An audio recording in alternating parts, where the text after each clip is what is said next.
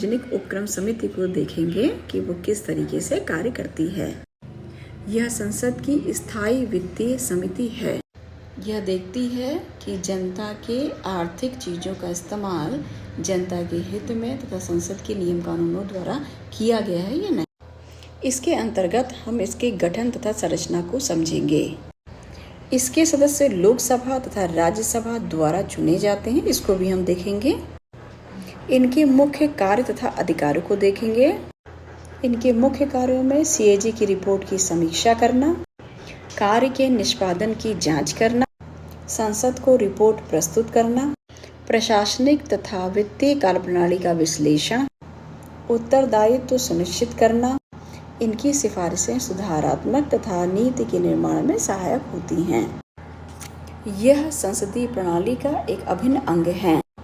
इनका उपक्रम लाभदायक उत्तरदायी कार्यों को करता है। इससे पहले हमने लोक लेखा समिति को, अनुमान समिति को, सार्वजनिक उपक्रम समिति को देखा।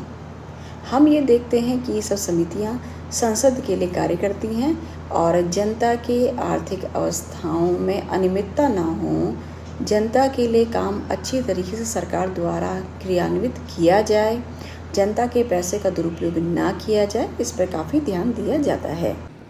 सार्वजनिक उपक्रम समिति, कमेटी ऑन पब्लिक अंडरटेकिंग्स, इसे CPU भी कहा जाता है। यह भारतीय संसद की एक स्थायी वित्तीय समिति है। इसका कार्य सरकारी स्वामित्व वाले उपक्रमों पब्लिक सेक्टर अंडरटेकिंग्स PSUs की कार्यप्रणाली, वित्तीय प्रदर्शन तथा प्रशासनिक दक्षता की समीक्षा करना होता है। यह समिति सुनिश्चित करती है कि इन उपक्रमों का संचालन सार्वजनिक हित तथा संसद की अपेक्षाओं के अनुरूप हुआ है कि नहीं। मतलब ये एक ऐसी स्थायी वित्तीय समिति है जो सरकारी स्वामित्व या सरकार के स्वामित्व वाले जो भी उपक्रम होते हैं उनकी जांच करती है। जांच करती किन किन चीज़ों की है, उनके कार्यप्रणाली की, कि कार्यप्रणाली के लिए मतलब कौन सा प्रोसेस यूज़ किया गया है, कैसे कर रहे हैं, वित्त का प्रदर्शन कैसा है, खर्चा कैसा है, आय कैसी है, व्यय कैसी है, प्रशासनिक दक्षता है कि नहीं है, मतलब जितना व्यय किया गया है उतना लाभ मिल रहा है कि नहीं।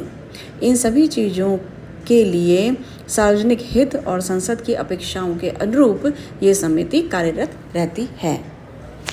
अब हम इनके गठन तथा संरचना के बारे में बात करते हैं।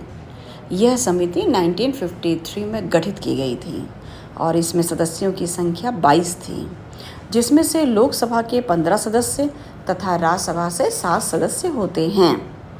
सदस्य हर वर्ष संसद द्वारा चुने जाते हैं, अर्थात इनका कार्यकाल या टाइम पीरियड केवल 1 वर्ष का होता है।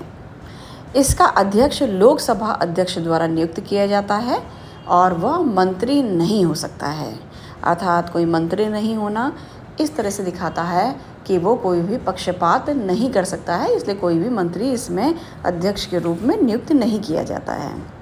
अगर इनके मुख्य कार्य तथा अधिकारों को देखते हैं तो सबसे पहली चीज़ होती है CAG रिपोर्ट की समीक्षा करना।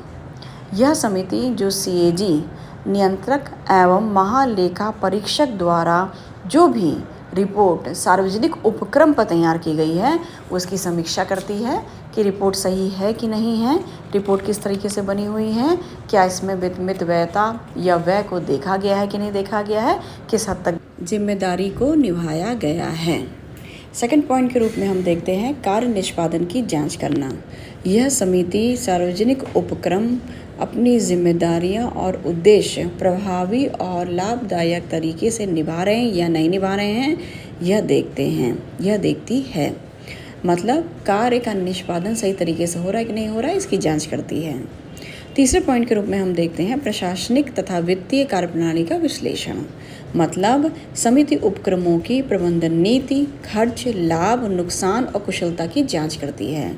मतलब प्रशासन और वित्तीय कार्यप्रणाली सही तरीके से है कि नहीं है, प्रबंधन की नीति क्या बनाई गई है, कितना खर्च है, क्या लाभ है, क्या हानि है, नुकसान हुआ है कि कुशलतापूर्वक काम किया गया है कि नहीं किया है, कि इसको जांचती है। 4th पॉइंट के रूप में हम देखते हैं संसद को रिपोर्ट प्रस्तुत करना। समिति अपने निष्कर्ष और सुधारात्मक सिफारिशें संसद में प्रस्तुत करती है। मतलब जो रिजल्ट आता है और उसके सुधार की अगर कोई एक तरीके से सुधार संभव अगर होता है तो उसकी सिफारिश को प्रस्तुत करती है। 5वें पॉइंट के रूप में हम देखते हैं उत्तरदायित्व को सुनिश्चित करना। उत्तरदायित्व में जिम्मेदारी। समिति यह सुनिश्चित करती है कि सार्वजनिक उपक्रम जनहित में कार्य कर रहे हैं या नहीं कर रहे हैं, भ्रष्टाचार से मुक्त हैं कि नहीं हैं, एक तरह से उत्तरदायित्व को सुनिश्चित करने का काम करती है। इस समिति के गठन करने के महत्व को अगर हम समझते हैं तो पहला महत्व है सार्वजनिक धन से चलने वाले उपक्रमों पर संसदीय नियंत्रण सुनिश्चित करना, जिससे जनता का पैसा व्यर्थ ना हो। मतलब जो भी सार्वजनिक धन से चलने वाले उपक्रम हैं जो सरकार के हैं उन पे संसदीय नियंत्रण रहता है और जनता का पैसा जो करों द्वारा प्राप्त हो रहा है वो वेस्ट ना हो। समिति द्वारा की गई सिफारिशें सुधारात्मक और नीति निर्धारण में सहायक होती हैं। समिति जो भी प्रॉब्लम्स को देखती है उसके लिए सुधारात्मक सिफारिशें करती है और इसके कारण से पॉलिसी मेकिंग आसान हो जाती है। यह सरकार के वित्तीय उत्तरदायित्व तथा पारदर्शिता को बनाए रखने का एक प्रभावशाली साधन है।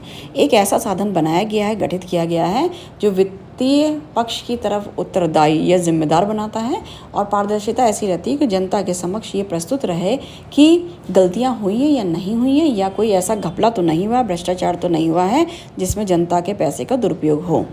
अब हम इनके निष्कर्ष को देखते हैं। सार्वजनिक उपक्रम समिति संसदीय प्रणाली का एक अभिन्न अंग है जो सार्वजनिक क्षेत्रों की निगरानी और मूल्यांकन करती है। मतलब ये संसदीय प्रणाली का एक महत्वपूर्ण अंग इसलिए है क्योंकि ये सार्वजनिक क्षेत्र जो भी क्षेत्र पब्लिक से संबंधित है, जनता से संबंधित है, सरकार से संबंधित है, उनकी निगरानी करती है, उसका मूल्यांकन करती है कि कहीं उसका दुरुपयोग ना हो।